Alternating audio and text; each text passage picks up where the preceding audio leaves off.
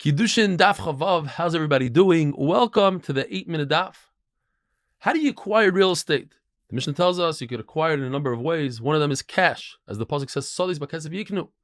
You purchase fields with cash, money, in a place where the minhag is only to use a document, like by us in America, in Eretz Yisrael. We don't purchase real estate with cash.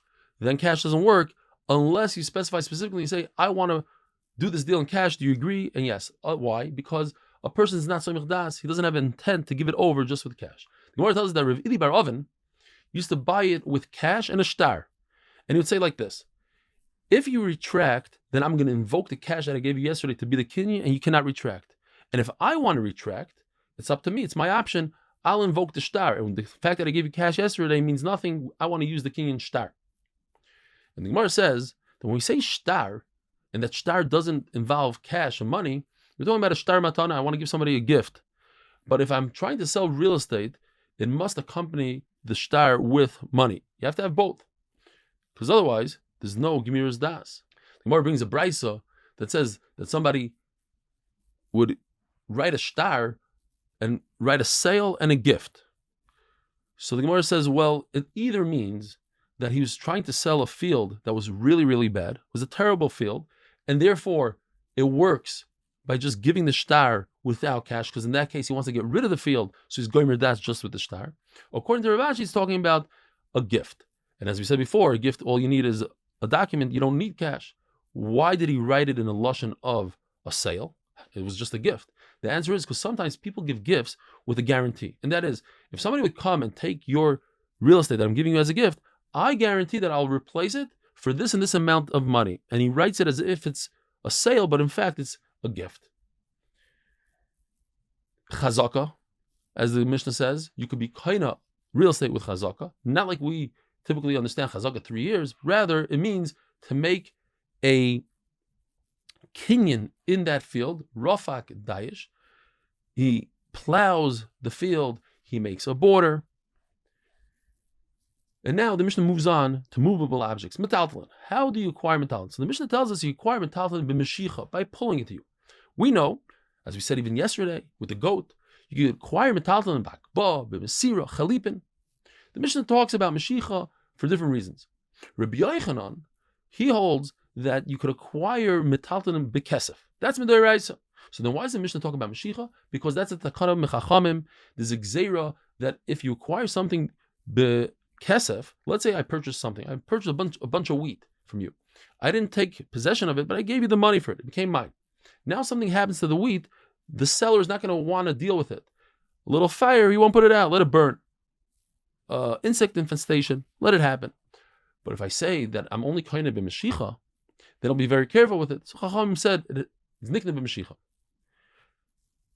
Movable objects, metaltalin, are nikna ba'agav. What does agav mean? If I purchase real estate, I could acquire movable objects because I acquired the real estate. Do those movable objects have to be in the karka, or even if they're somewhere else, it also works? L'maskonas HaGemara is a big sugya. Gemara says it does not need to be on the real estate. It could be somewhere else. The Gemara tells us, or the Mishnah tells us, that the movable objects could be megalgal shvua to the real estate. That means the halacha is you don't make a shvua on real estate. However, you do make a shvua on movable objects. So if I claim, I say you owe me 2 cows and you admit to one, you're a moed b'miktzas, and I could force you to swear that you don't owe me 2. But once I'm forcing you to make a shvua, then I'll make you make a shvua on the real estate as well.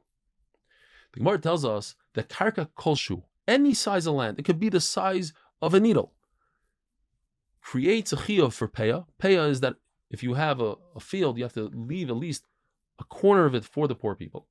It also is enough to be mechayev me in vidui for bikurim, or bikurim if I have fruit, the first fruit that come out, I have to bring to HaKadosh Baruch Hu as a hakar satayv.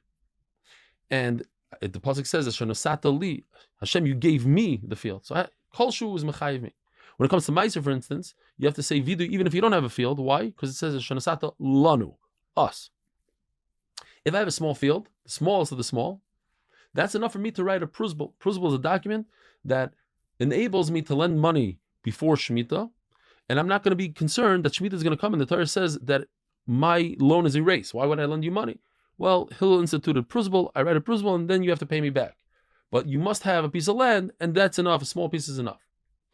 And it's good enough for this king and agav that we said that if I purchase land, I purchase all the metaltal and agav that land. So in the Havamina, the Gemara thought that you need to have all the metaltal and the movable objects on the land. It can't be next to the land or in someplace else. So why would I have a very small piece of land? What could I put on it? Says the Gemara, I could put on it a needle that has a very expensive stone on it. The Gemara tells us that a person wanted to give his friend a lot of movable objects. So they advised them, buy a very cheap field, like a stone that nobody wants to purchase, and use that to put your sheep and whatever you want on it. And like this, he'll be kind of the king and agav. The Gemara tells us another person, he bought a field and he designated one small tefach, 6 inches by 6 inches, sort of, to give his friend a pile of money. Now, there's another way to do it. He could give a complete stranger the money and say, hey, you pull it to yourself and you be kind for that other guy. A stranger could acquire money for somebody else. But this person was concerned that once he gives him the pile of cash, he'll take it for himself. So in a situation where you're concerned that somebody's going to take it for themselves, then there's no takana, there's no way out of it. The only other eitzah is to do this entire thing, b'kinyan agav, on a piece of land. Rabbi Isai, have a wonderful day.